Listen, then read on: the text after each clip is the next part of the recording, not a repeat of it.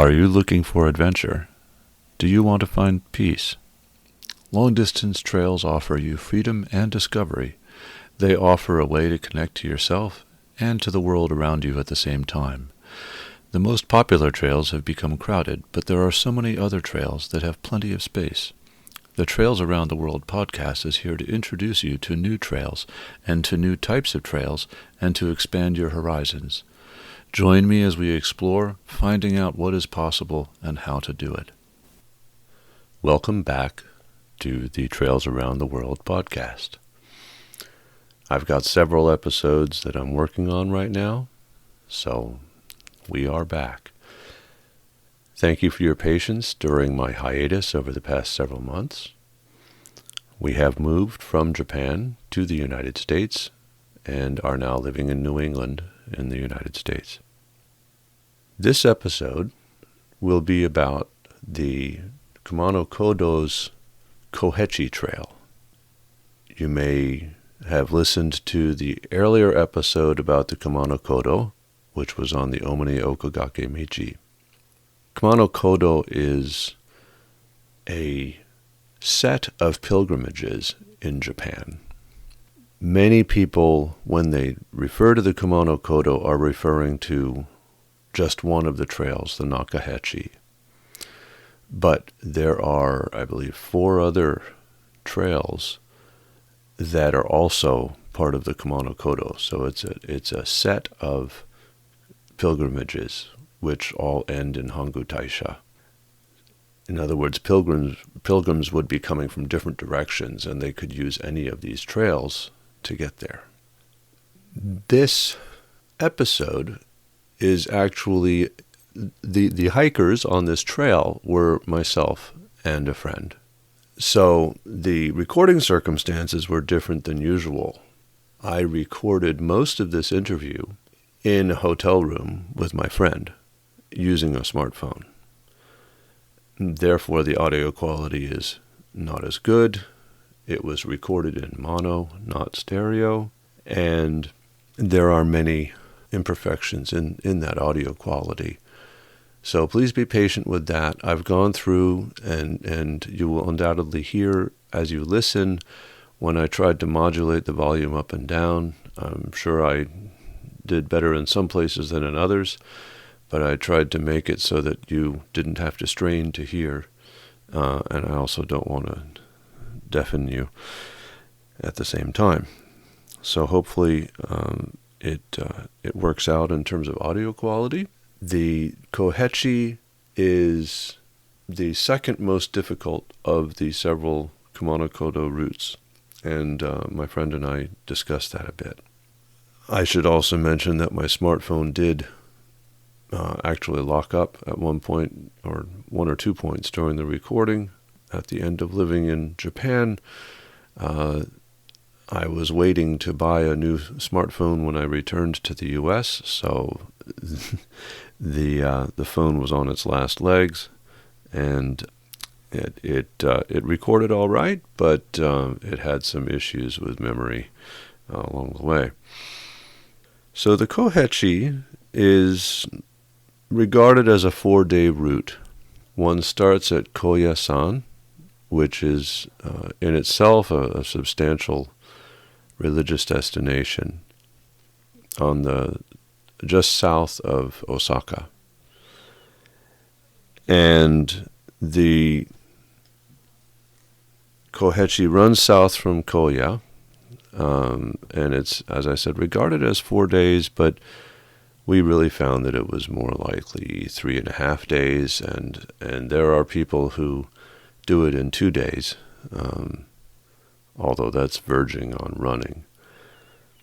But many Japanese do it in a substantially shorter time, in the somewhat of the fast packing or trail running mindset. Now, we did it backwards. And when I say backwards, I mean we started at Hangu Taisha, traditionally the destination, and we hiked to Koya. And we did that for logistical reasons because we were both living nearby, and we wanted to be able to get home easily at the end. And it's easy to get to Koya, and it's not easy to get to Hongo Taisha. So that might lead to some confusion as you listen, but hopefully that explanation will help you understand what we're saying, what we're talking about. Now, we recorded our interview with ourselves during the hike, so our fourth day, which is traditionally the first day, of course wasn't covered by that. So I will quickly summarize that in a moment. Overall, the hike was less challenging than either of us expected. It did not, in our opinion, live up to its reputation in terms of the physical challenge, which was okay. It was a beautiful trail. It is certainly more challenging than the Nakasendo, and we both had a terrific time. So I think the sum of that is actually do not be put off by the reputation it has for being tough, because it's less tough than its reputation. It is still challenging, and there's a good deal of walking along almost sheer drops in the mountains. After the first day, the next 3 days, one way of thinking of them is that they are ascending about 1,000 meters or 3,000 feet, and then descending back down. So the days 2, 3, and 4 are up and over 1,000, 1,100 meters every day. Up, down, up, down, up, down. And almost all of it is very beautiful, and it is not crowded at all. We talk about this, but we saw between half a dozen and a dozen people a day during the busy season. The Kohechi, on the other hand, it's very difficult to find lodging. We didn't have any trouble finding space, but finding lodging near the trail is moderately challenging. I don't have a lot of really good advice on finding lodging for this. I know that there's a service run by the prefecture which helps hikers find lodging along the Kohechi.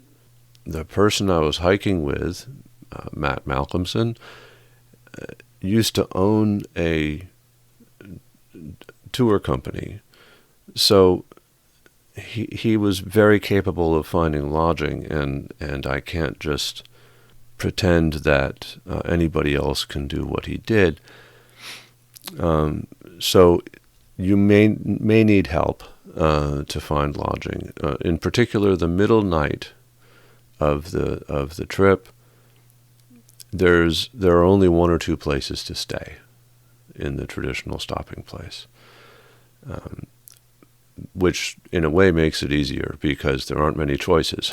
But where we stayed, they didn't speak any English, if that's a limitation of yours, and therefore you might need help to make the booking. We also booked an Airbnb near Hongo Taisha.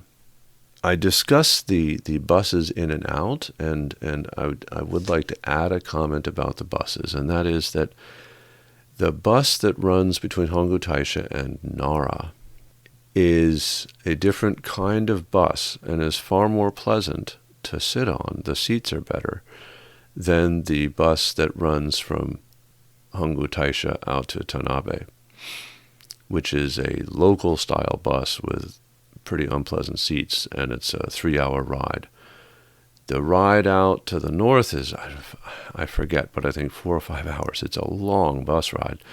And if you are prone to motion sickness, either of these bus rides is going to be very unpleasant. They are along mountain roads, and actually they're along valley roads, but the river valleys are winding, and you do sometimes go up along the ridges of the mountain, not the ridges, the edges of the mountains.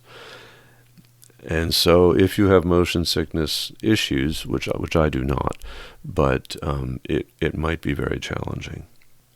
One extra note on lodging is that camping is forbidden, and I say more about this later in this podcast.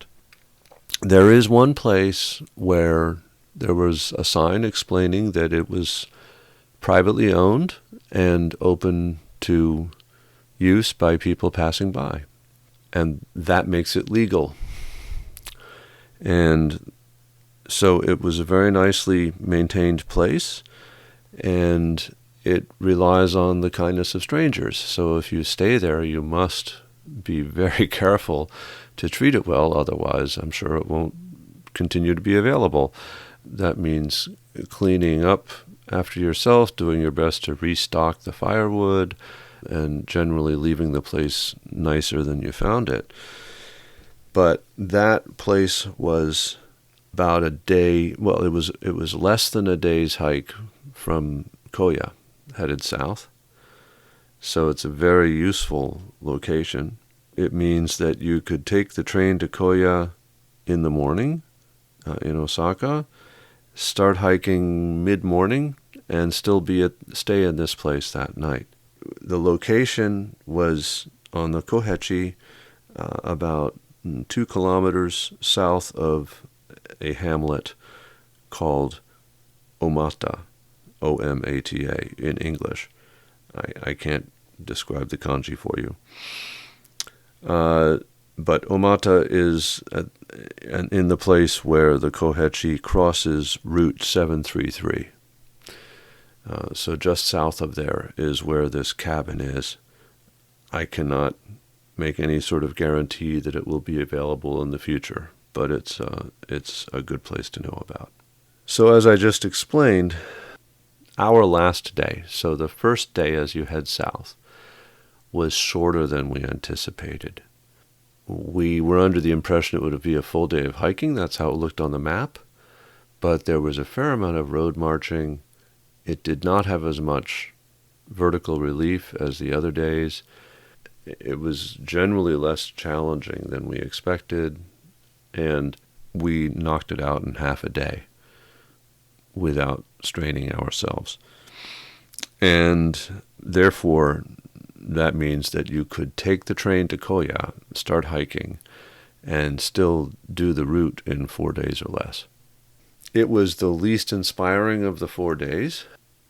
We were blessed with good weather, and that day started raining, so we did not mind that it was less inspiring and more of marching along the pavement. But if you're headed south, keep heart, because it's pretty good that day, but it gets much, much, much better, and it's a fabulous hike.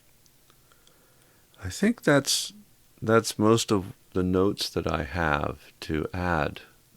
So I will pause this. I'm glad to be back in the saddle, so to speak, and putting out episodes. And I will pass this along to the recording that I did several months ago in Japan. It's good to be back. Thank you for coming back and listening again. Hello.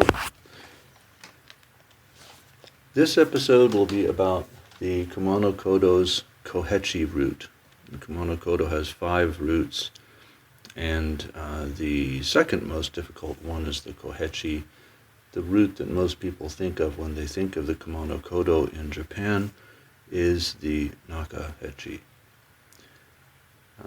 I am currently hiking the Kohechi.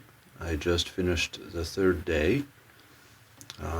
We are headed north, which is the opposite of the traditional direction and the opposite of what almost everyone else does. So we've done what normally would be the 2nd, 3rd, and 4th days of this 4-day route. My hiking partner is Matt Malcomson, and I will let him introduce himself. Hi, my name is Matt Malcomson. I've known Chris for quite a while. I'm originally from the UK, but I've lived in Japan on and off for many, many years. I used to run a inbound tour operator called Oku Japan, which I built up, and Oku Japan operates walking tours in various sort of historical trails around Japan. I've never walked the Kohechi before. This is my first time, but I've walked the Nakahechi and the Ohechi, which is another of the Kumano Kodo trails. So the Kumano Kodo is around 700 kilometers total of trail network. Um, Very, very old. They all were various ways of getting in medieval period from Kyoto and Osaka down to the three grand shrines of Hongu, Hayatama, and Nachi. So the Kohechi is one of these routes. And as Chris said, the Kohechi traditionally starts in Mount Koya, which is a center of the Shingon sect of Buddhism, and over 4 days travels down to Hongu Grand Shrine, which is the objective of all of these pilgrimage trails. The Kohechi is generally known to be the hardest of the Kumano Kodo trails. It's got more ascent, and mainly it's more remote. So there are fewer choices of accommodation. There's less help on hand if things go wrong. A lot of the mountains don't have any phone signal. Although I think probably Chris would agree with me, the trail has been easier than we thought. I've been wanting to do it for many years, but I had always shied away because people told me sort of horror stories of extremely remote mountaintop hiking. And it certainly hasn't been the case. It's been predominantly in the forest, but a really beautiful trail, extremely nice, just lovely walking, not too rocky, lots of leaves, nice views every so often, and very varied. What do you think, Chris? I would agree with most of that. Of course, I've covered another of the five trails, the Omni Okagake Michi, in an earlier podcast episode. I think that one is considered more difficult, but it's almost ruled out because it's not something that most hikers would even attempt. The Omni Okagake Michi, as discussed in that earlier episode, is more of a sort of shugendo exercise, I think. It's not really considered part of the Kumano Kodo. Right. Shugendo is a religious group. I'm completely unqualified to discuss them. Well, the Shugendo is a syncretism of Buddhism, Chinese Taoism, and Japanese Shintoism. So it's a kind of ascetic mountain religion, where there are people called Yamabushi who are mountain priests. So there is no organized congregation. There's no regular service, but they lead various sort of ascetic pilgrimage up to mountaintop shrines and perform various ceremonies. But very much a kind of and the interesting thing is most people who are involved in Shugendo, who are the Yamabushi, it's in some ways a hobby. They have a day job. In fact, I know one. He's a kayak guide and he runs a cafe, and so this is something he does as part of his lifestyle. But it doesn't dominate his life. Right, and Shugendo is known for, I'm not sure how to describe it, but physical feats. And so the cliffs and scrambling on rocks and sheer drops of the Omni Okagake Michi are more in keeping with that style of hiking, if we're going to call it that, adventuring.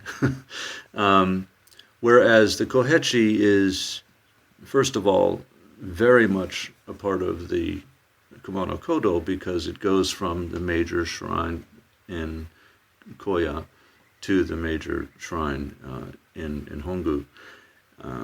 And these paths are about 1,300 years old, I think, and so the Kohechi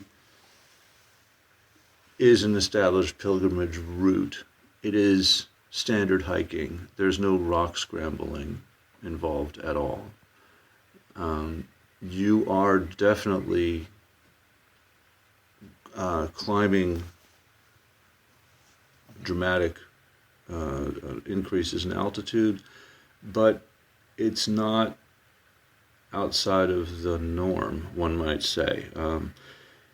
On the 3 days we've had, we've climbed about 1,000 meters each day. And if you look back at another previous episode of mine, Roko Mountain in above Kobe is it's 5 o'clock, so you can hear the chimes outside. And this is in Japan. There's often a 5 o'clock chime in local areas. So the Kohechi is very much a hiking trail. As Matt said, the lodging possibilities are very limited, and I think it is not something. It's not a beginner's trail. Yeah, but there are accommodations. I mean, there's Yes. 2 or 3 choices in each night, and it's not. That's true. It's not. Outside the reach of anybody, even a non-Japanese speaker. And we've seen many foreigners who I would say probably first, second time in Japan, and they may not be doing any other trails. Although, Thank you. Yeah, and they don't have any Japanese language, Yeah. and they're getting along fine. So it's not out of reach. But if you are not already used to dealing with hiking these altitude gains, or hiking on a trail with a sheer drop on one side, then you might want to start with something else and work to this. Yeah.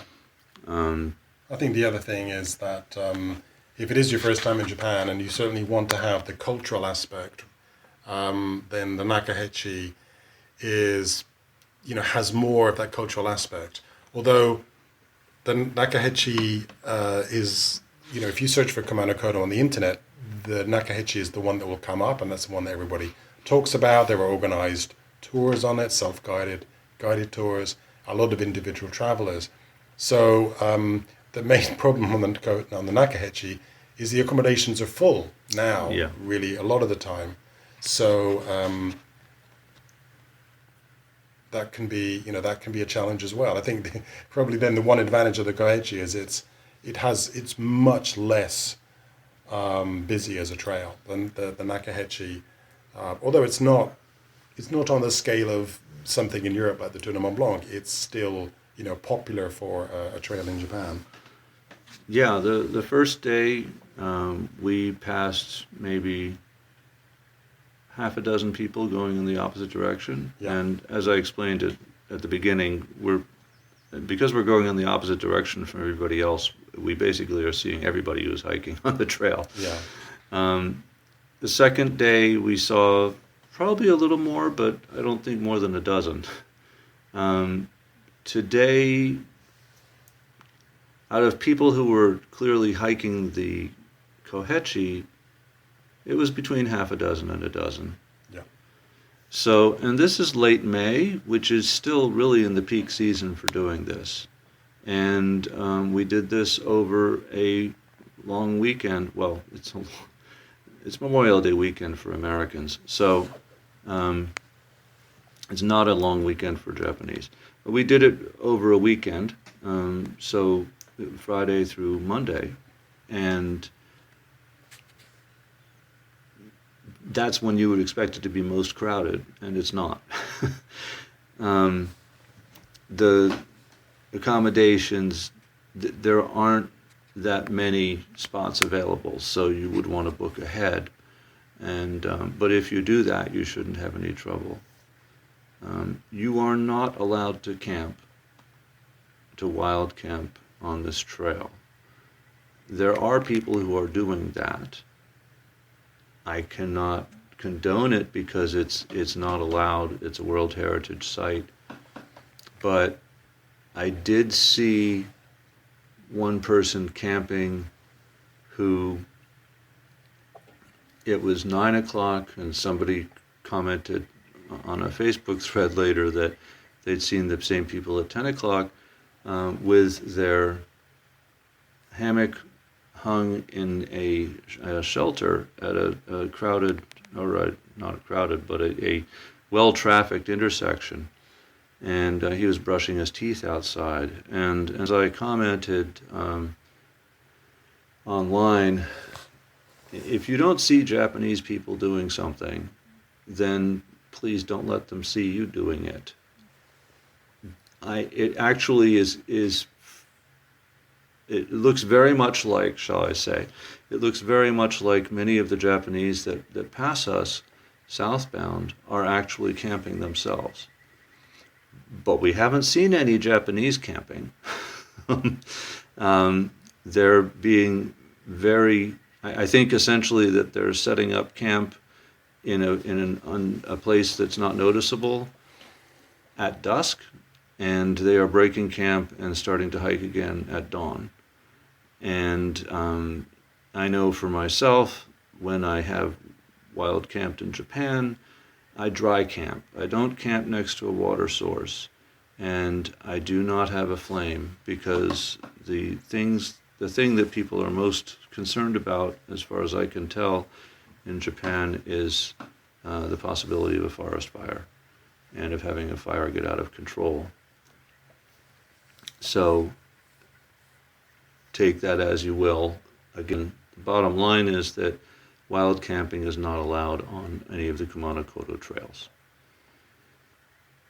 So the first day, how would you describe the first day that we had? Let me think. No, let's do it the other way around. Our first day was the fourth day. So the day we just had is the second day. And I'll come back after this alone and fill in the last day. Tomorrow is forecast to rain anyway, so it's not looking like we'll have the most pleasurable experience possible. But the third day, which we just completed, our third day, the second day, which we just completed, goes over what was Oboko Dake. Yeah, that's it.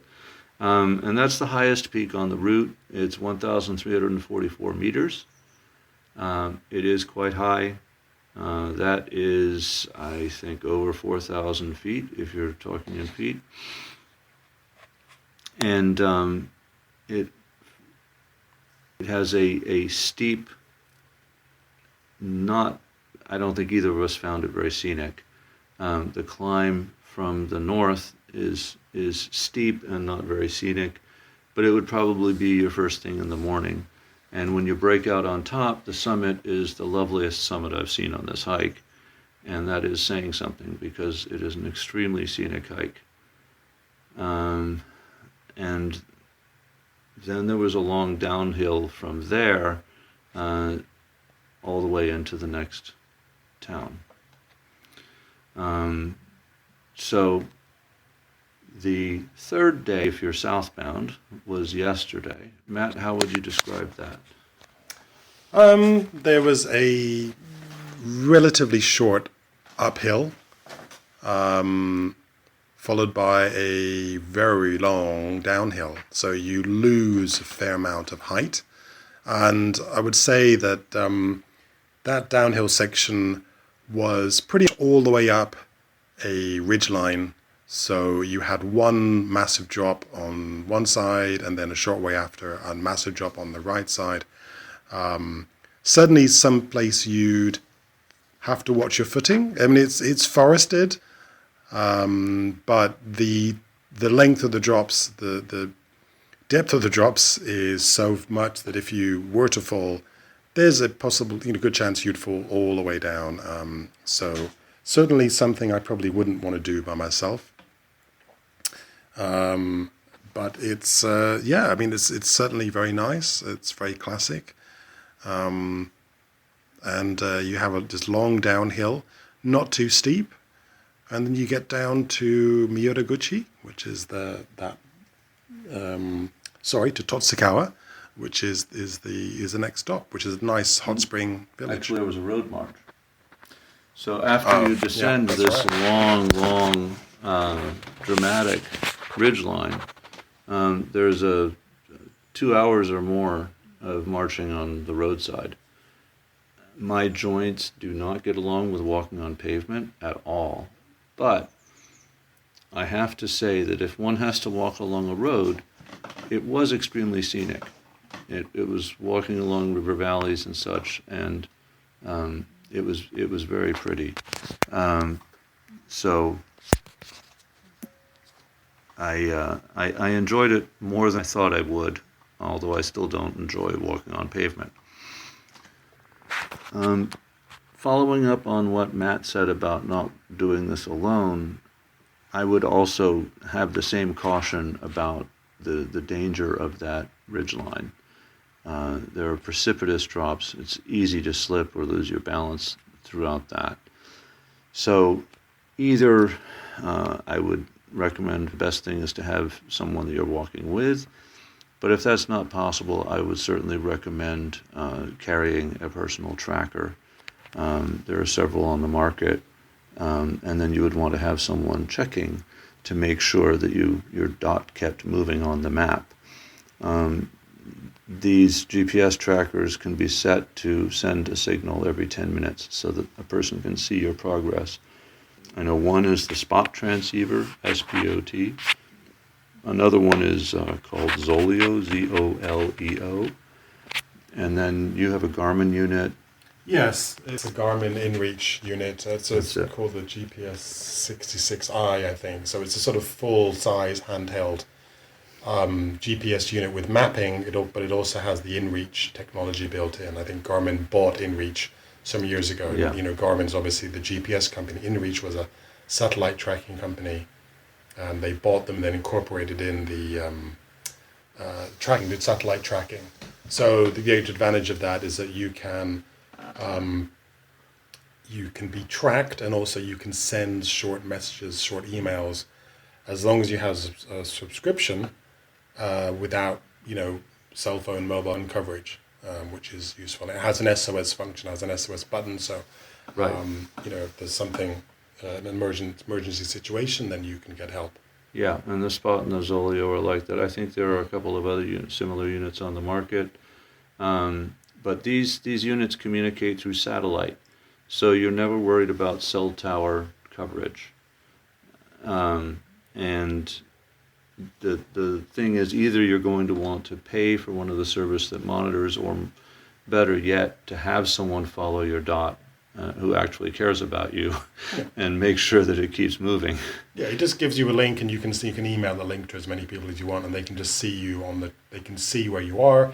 You can also see the track of where you've walked, which is useful. Right, and if you're traveling in the wilderness, as Matt said, it also has the capability for text messaging or email, and I think now all of these units do. I think the Spot and maybe one of the others, they save some weight by only having an interface that connects with a smartphone, so that you do your texting or emailing from the smartphone through the unit, and it goes up over the satellite, rather than having an interface on the unit. Yeah. It connects via Bluetooth with my phone directly to the GPS. Okay. So the fourth day of the trail, which was our first day, how would you describe that, Matt? It was another very nice day. I mean, it was just it was varied. There was, it's climbing up to a pass and then going down again, but it's just, there were some nice views. It's certainly a long, very, very steady descent. I mean, you go up to a pass called Hatanashi Toge. Toge means mountain pass in Japanese. And sort of literally means never-ending ridge. And it's just a long, long way down. You get down to eventually you get down to a road with a bus stop, and then you have a choice. You can take a bus back to Hongu, which is the nearest town, which is where the shrine is, or you can actually then walk back, or continue walking, gaining altitude again, then descending into Hongu, which is really the more, the better way, the more romantic way to do it. You end up walking right into the grand shrine of Hongu, as pilgrims would have done, many hundreds of years ago, and that's certainly something which is memorable. Well, and that's the traditional ending to the pilgrimage, and the point is to be hiking to that. Yeah. So there are other hikes like Pacific Northwest Trail or some of the mountain chain trails in Europe where you end up putting your foot in the sea, and it's somewhat like that moment when you reach the water's edge and put your foot in the water. Yeah. Is to arrive at Hongu. That when you look at the profile of the route, that fourth day, the southernmost day, is like an exaggerated pyramid. It's just kind of a spike. So it's a steep climb up and a steep climb down.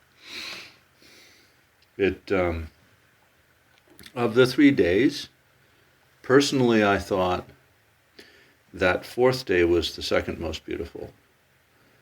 And I thought that the third day, so for us yesterday, was the most beautiful. Just fabulous. That long, extreme ridge was just stunning all along the way. But you were picking your way along carefully the whole way. And today was also gorgeous. As I said, the climb, if you're heading southbound, the first climb of the morning up to the summit is not as scenic, but it's climbing, so it's your first climb in the morning. Perhaps it's okay that you're kind of staring at the ground, putting one foot in front of the other, and then you have a gorgeous descent. And actually, you run along the ridgeline for quite a while. You run along the just from one mountaintop to another over about, I'd say, there's one false summit right after the main summit that is gorgeous. The main summit is perhaps the single most beautiful spot I've seen so far on the trail, and that's that 1,344 meter summit with flowering trees on top. And then you run along the ridge and then descend, and there's no road walking, and so that's a very nice aspect of this second day as you head southbound, that there's no road walking involved. Also, when you're climbing up, about halfway up the slope, there's a cabin, and it's got a sign explaining in Japanese and English that it's a privately owned cabin and that the owner is making it available for people to use or to stay in, free of charge, and it's unattended. So it's honor system, and of course, if one were to use it, please respect the place and don't leave any garbage, and clean up after yourself, put everything away. These things are taught in elementary school in Japan, so that when someone does something like this, it's understood that it's a very rigid thing within Japanese society that you would clean up and put everything away, but you need to understand that that's the expectation, as it would be in many places, but it's particularly rigid in Japan. Matt, what would you say are safety considerations, safety security considerations to think about for this hike? Well, I think because it's going up to altitude with very long drops. If you fall, then you need to. I think it's probably recommendable to do it, as a group of two or more. But if you do have to do it by yourself, I highly recommend a GPS device. And there's also a system in Japan. There's two things you can do. There's a system in Japan whereby at the start of most trails, there's a piece of paper you can fill out and explaining and write down your name and your contact information and the route you're doing. And so that, if you're reported missing, then people can know when you were doing the trail. The other thing is quite important is, especially in rural Japan, call ahead to the accommodation you're going to stay at the following night. So you can call the night before, or you can call in the morning. Just give them a rough time.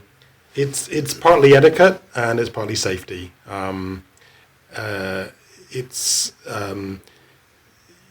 The way that foreigners in rural Japan will travel and the way that Japanese travel is quite different. So Japanese will, usually tell them what time they're going to arrive. They'll also, if they have to change the plans or they just can't make it, they will never do a no-show.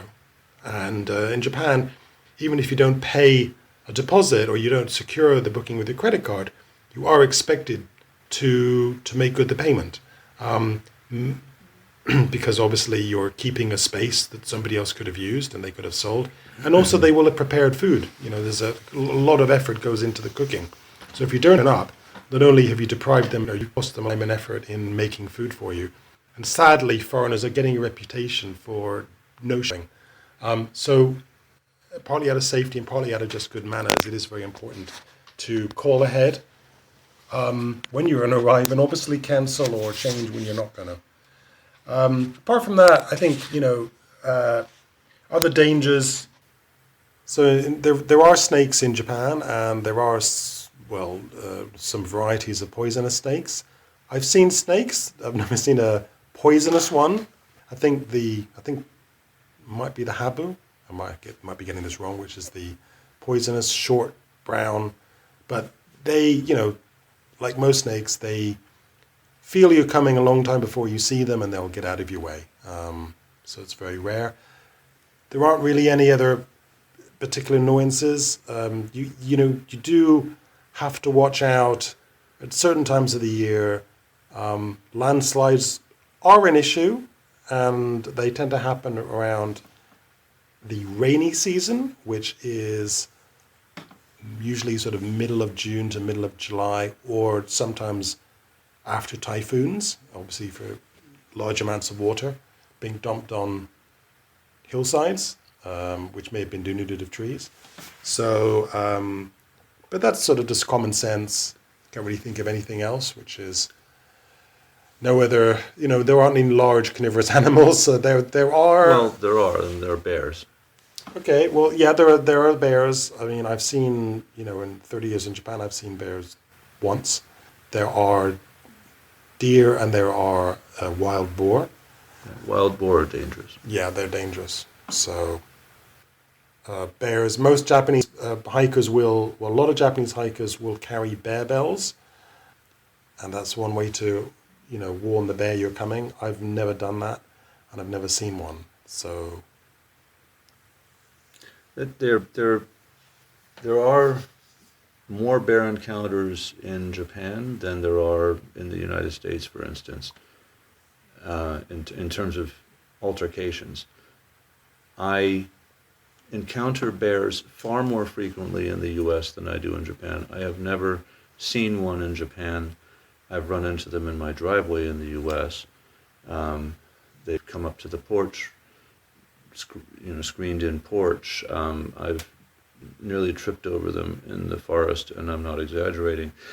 So they're very common, but these are the black bears on the east coast of the U.S. who are not threatening, whereas the black bears in Japan are known for being much more aggressive and dangerous. if one encounters them, but almost all of the encounters are actually between villagers collecting vegetables, I think, this kind of thing, collecting mushrooms or vegetables, and not usually hikers who are on better traveled trails and are not off of a trail, the way that people collecting vegetables would be. So it's easy to exaggerate the danger of bears in Japan. Wild boars have tusks and will charge you and can do a lot of damage. And the other one that I always think of is Suzume bachi, who have recently become an invasive species in North America and are known as murder hornets. They swarm. They're over an inch long, and they are supposedly nightmarish. I've seen a number of warning signs for the Suzume bachi. Suzume bachi means sparrow bee. Okay, so in other words, bees as big as a sparrow. So I've seen a number of warning signs, but I've never seen a Suzume bachi. So it's another of those alleged threats that's easy to exaggerate beyond its actual seriousness.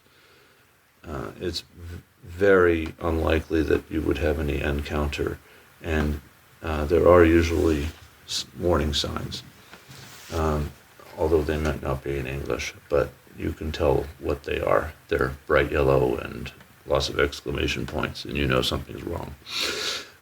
So those are the wildlife issues. There isn't as much wildlife in Japanese woods as there could be, partly due to the fact that there's a lot of it is sugi plantation or cedar tree plantation, which is a monoculture and therefore doesn't encourage very much wildlife. Okay, so we went over what the terrain is like. I will do a follow-on to talk about the first day, which will be our fourth day. Transportation to and from the two ends of the hike. Koyasan is exceedingly simple. There's a train from downtown Osaka. That's all. I mean, you can drive, you can walk, you can bicycle, you can take buses, but you would normally just take the train because you're not going to be coming back there. So that's the really easy way to start. At the southern terminus at Hongu Taisha, it's much more complicated. If you're using public transportation, you're taking buses out to trains. And there's one bus that heads straight north to Nara, and then there are buses that head east and west. The one that heads west is to Tanabe on the coast, and then the one that heads east is to Shingu. Shingu, yeah. Right. And there are train stations in Tanabe and Shingu that you can then transfer and take the train. From Tanabe, you would probably go north again to Osaka, and from Shingu, you would go north to Mie and Nagoya, the Nagoya area. So if you're worrying about international airports, then there's the main international airport would be in Osaka. Those bus routes and the train bus connections can take over half a day to make your way down to Hongu Taisha. So that needs to be considered. Yeah, you really need a travel day, at the end at least, and really at the beginning. Both sides going to need to have at least half a day to get to and from the trail. So you won't be able to travel out and start walking, or likewise finish and travel. Well, if you're headed south, you could stay in downtown Osaka and take a very early train to Koya and start hiking, and that would be workable. But at the southern terminus, that's a full day of hiking. Heading at the southern terminus, you have a full day hike, the fourth day of the trip. So you probably need lodging in Hongu before you travel out on that travel day at the end.